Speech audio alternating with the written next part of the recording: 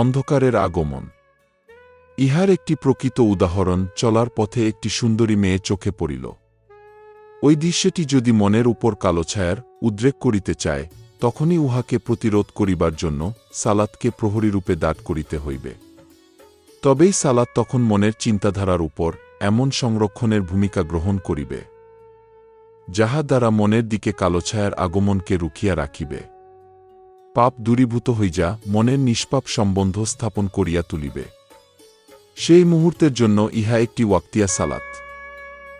আরও একটি উদাহরণ, মনের মধ্যে একটি চিন্তার বিষয় আসিল। প্রত্যেক চিন্তার দুটি দিক আছে। একটি উহার মন্দ দিক, যাহা কালো ছায়ার মতো মনকে আচ্ছন্ন করিয়া ফেলিতে পারে। অপরটি উহার সুন্দর দিক, যাহা মনকে কিছুটা আলোকিত করিয়াও দিতে পারে।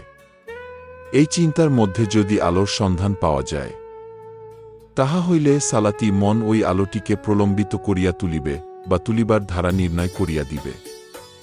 আর যদি উহা হইতে কোনরূপ কালো ছায়া মনের উপর আসিতে চায়, তাহলে সালাতি মন ওই ছায়ার বিরুদ্ধে যথোপযুক্ত সালাত দাঁড় করিবে এবং ওই অবাঞ্ছিত ছায়াকে মনের উপর বিস্তার করিতে দিবে না।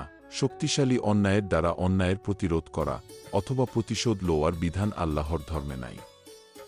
অন্যায় যত বড়ই হোক, তাহাকে সুন্দর চিন্তা এবং সৎ আমলের দ্বারা রুখিতে হইবে, তাহার জন্য যতই ক্ষতি স্বীকার করিতে হয় হোক। অন্যায়ের প্রতিশোধ ন্যায়ের দ্বারা গ্রহণ করাই হইল ইসলামের বিধান। বাণীতে মহান মাওলা শাহ সুফি সদর উদ্দিন আহমদ চিশতি আলাইহিস সালাতু আসসালাম।